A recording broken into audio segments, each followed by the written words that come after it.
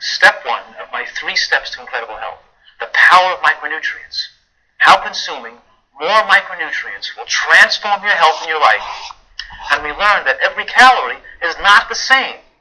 We learned that the common diseases that afflict Americans are not the natural consequence of aging.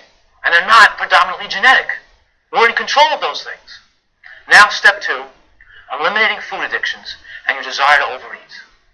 Because I'll bet that you guys believe that getting back to your ideal weight and staying there is all about eating less and exercising more. Isn't that what most people think? You just eat less and exercise more, right? How long have you tried that without success? Like the last 20 years, right? Because 99% of Americans lose weight, gain it all back again. And you know, when you lose weight and gain it back again, it's worse than never losing it all. Because when you lose weight and put it back again fast, you put back more atherosclerosis, more fat inside the body and inside the blood vessels.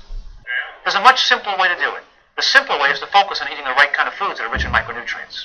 It's hard for me to control how much food you take in. Your body gives you those signals. Your body is giving you the wrong signals. It's giving you the wrong signals because you haven't met the body's micronutrient needs.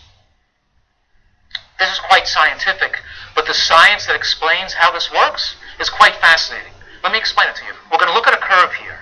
And the first curve is called the anabolic part of the curve. Now, the word anabolic means to build.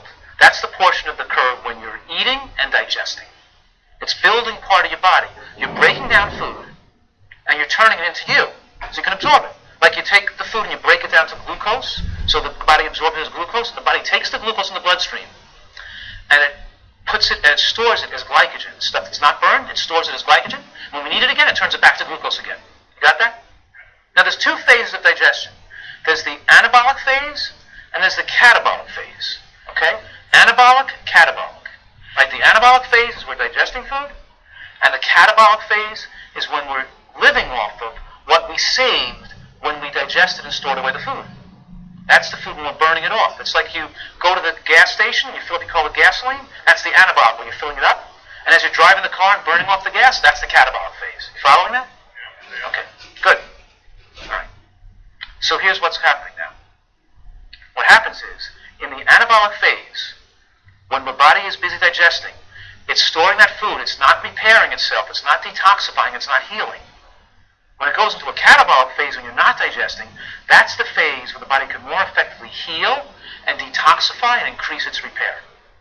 So very often when people enter that catabolic phase, they start to feel uncomfortable because the body heightens repair and it circulates toxins removal. You see, because as we eat food that's not micronutrient rich, as we eat more processed foods, when we eat foods that do not meet our micronutrient needs, we build up free radicals. We build up other toxins like advanced glycation end products called AGEs, right? Lipofuscin, aldehydes, all kinds of toxins build up in the tissues. You don't have to know those things. But when we stop eating and we're in that catabolic phase and the body tries to repair itself, and maybe you'll feel ill. Maybe you'll feel shaky or weak. You're not going to feel that well in the catabolic phase. But you know what makes you feel better? If you eat again and stop the catabolic phase, put you back in the anabolic phase again. Right? You'll feel better. Because you feel better, you think it's hunger. I call it toxic hunger because it's feeling uncomfortable when you enter the catabolic phase. And instead of being able to burn off what you stored, instead of burning it off, you feel like eating again to feel better again. Like, just imagine if you were drinking 10 cups of coffee a day. I know you're not, but just make believe you were, okay? You're drinking 10 cups of coffee a day. Or soda, right? And now I tell you, stop the coffee right away. Are you going to feel better or worse? Worse, right. What's that called? Withdrawal or detoxification. Right. So here's what I'm saying.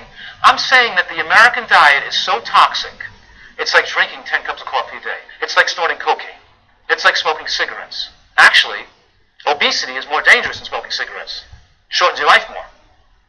Let me finish explaining the science for a minute, because this is pretty interesting. What happens now, remember the sugar was stored as glycogen in the muscle tissues and in the liver? And now, let's say you're eating healthy, and you lose your toxic hunger and your food addiction. So now you enter the catabolic phase, and what do you feel? Nothing. You're fine. Live your life. Fun. Great. I ate. Not hungry anymore. Am I hungry? No. Feel fine. Now I have the chance to burn off that glycogen. And as the glycogen starts to get used up, if I continue not to eat and all the glycogen is gone, what will happen? Because the brain can only be fueled by glucose. Right? As you're sitting here listening to me talk, the brain is utilizing 90% of your caloric needs of the body. And the brain needs glucose to function. You're burning about 50 calories an hour, and about 45 of those 50 calories are being utilized by the brain.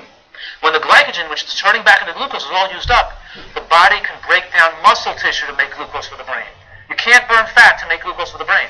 You could use the fat for exercise and activity, for other things for the body's needs, but not for the brain's use. The body is going to break down muscle tissue to turn, because it can turn amino acids from the muscle tissue into glucose. You think the body wants to break down your muscle tissue to make glucose to feed the brain? It doesn't want to do that. It would prefer that you eat than break down muscle tissue. So what do you think happens before you start losing any muscle tissue? You get truly hungry. You get real hunger, right? Which is felt in the mouth and throat. And it's accompanied by a dramatic enhanced sense of taste.